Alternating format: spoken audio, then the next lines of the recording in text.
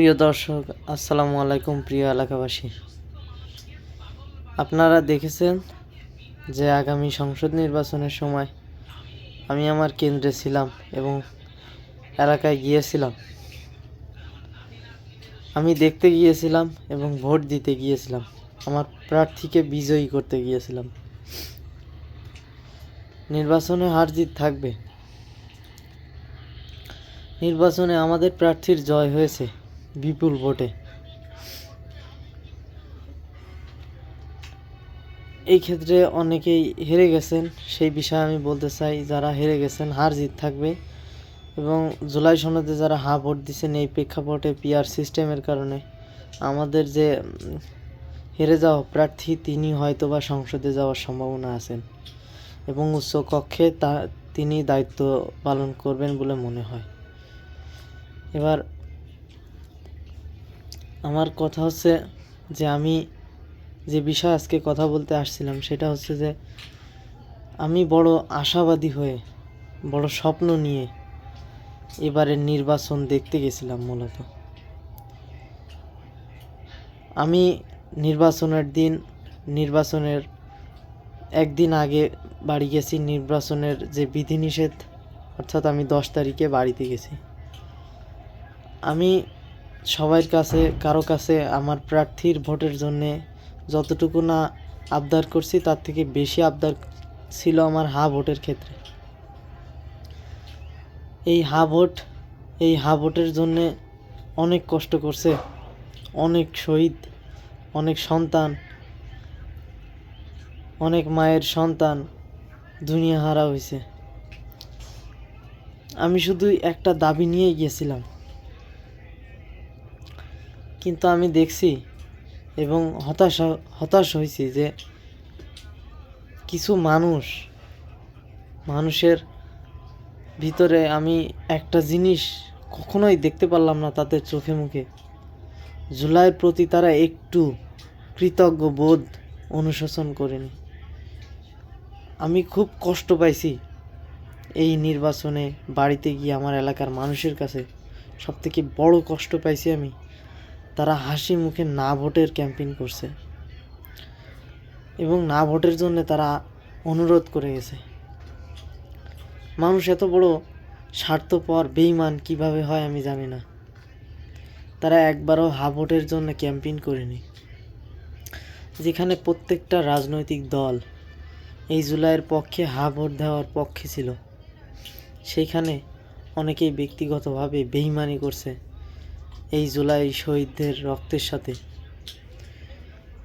একটু অনুশোচনা নেই, তারা জানে না এই ঢাকা শহরের রাজনীতির পরিস্থিতি সম্পর্কে একটু ধারণা রাখার চেষ্টা করে না।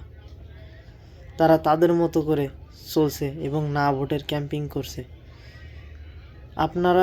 আমি পুরুষ মানুষ, আমি প্রকাশ্যে চোখের পানি আপনারা দেখেননি, কিন্তু আমি আপনাদের না ভোটের ক্যাম্পেইন এবং না ভোট দেওয়াতে উল্লাস উদযাপন, এটা দেখে সত্যি আমি সেই সময় চোখের পানি ফেলছিলাম। আপনারা দেখেননি, আপনাদেরকে দেখাইতে পারি নাই।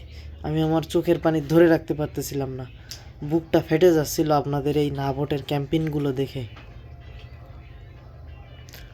তারপরেও দিন শেষে আমাদের ভোট জয়যুক্ত হয়েছে। কিন্তু আমার সবথেকে খারাপ লাগছে, আমার কাছের মানুষেরা অনেকেই আছেন যারা না ভোটের ক্যাম্পেইন করছেন এবং না ভোটের পক্ষে ভোট দিয়েছেন।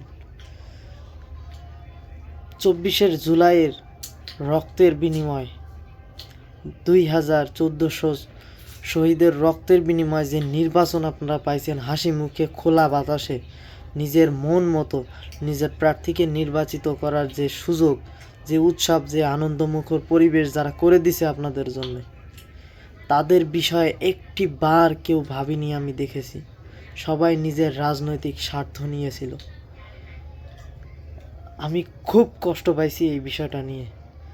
এটা আমি কোনোদিন আমার ব্যক্তিগত কষ্টের বিষয়টা আপনাদের সামনে তুলে ধরিনি, কিন্তু আজকে আমি ওই দিন এতটাই কষ্ট পাইছি যে কষ্টটা আমি আজকে না প্রকাশ করে পারলাম না। আমি এত বড় বেঈমান জাতি আর কোথাও দেখিনি। কয়টা বছর হইল, এখনো 2টা বছর পুরো হয়নি, এর ভিতরে মানুষ জুলাই ভুলে গেল, আর তারা ৭১-এর চেতনার কথা বলে। বিষয়টা হাস্যকর। অনেকেই একটা অপপ্রচার ছড়াইছে যে ২৪ জুলাই বিপ্লবে হা ভোট দেওয়া, অর্থাৎ জুলাই সনদে হা ভোট দেওয়ার মানে হচ্ছে ৭১-এর সংবিধানকে মুছে ফেলা। এইটা একটা ভুল এবং প্রোপাগান্ডা। তারা একবারও এই জুলাই সনদটাকে ইন্টারনেট থেকে ডাউনলোড দিয়ে দেখেনি।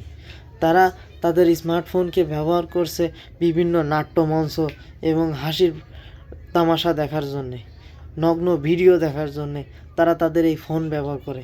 কিন্তু একটা বার তাদের যে সনদ অর্থাৎ রাষ্ট্রীয় সংবিধান পরিবর্তন হবে, সেই সংবিধান তারা একবার পড়ে দেখেনি।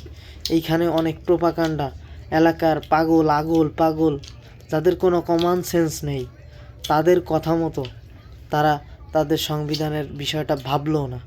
হা ভোটের ক্যাম্পিং তারা করেনি। আমার আসনে না ভোট ফেল করছে, অর্থাৎ না ভোট বিজয়ী হয়েছে। আমার যে কেন্দ্র ছিল, এই কেন্দ্রে না ভোট বিজয়ী হয়েছে, না ভোটই বিজয়ী হয়েছে। এবং হা ভোট খুব কম সংখ্যক মানুষই হা ভোট দিছে। অথচ আমরা দেখেছি যে কোনো দল এটার বিপক্ষে যায়নি। যারা এই সনদটা ভালোভাবে পড়ে দেখছেন, তারা দেখছেন এটা আমাদের রাষ্ট্রের জন্য কতটা গুরুত্বপূর্ণ। অনেকেই দেখছেন এই সনদে কি আছে না আছে বিস্তারিত বলাটা একটু টাফ। যার প্রয়োজন সে হয়তো বা দেখে নেবে, কিন্তু কেউ দেখেনি। এই সনদটা এখনও আপনারা চাইলে দেখে নিতে পারেন।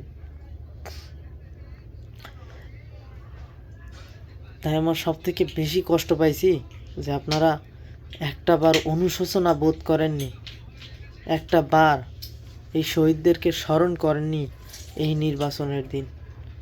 শুধু নিজেদের অপপ্রচার, নিজেদের দাম্ভিকতা, নিজেদের অমানবিকতার পরিচয় দিছেন। আমি সারাদিন আপনাদের মুখের দিকে তাকিয়ে মনে করছেন কি উৎসব উদযাপন করতে গেছি এত কষ্ট করে। আমি আবার ফিরে আসছি। আমি নিজের স্বার্থের জন্য যাইনি, আমি নিজের স্বার্থের জন্য আপনাদের কাছে ছুটে যাইনি।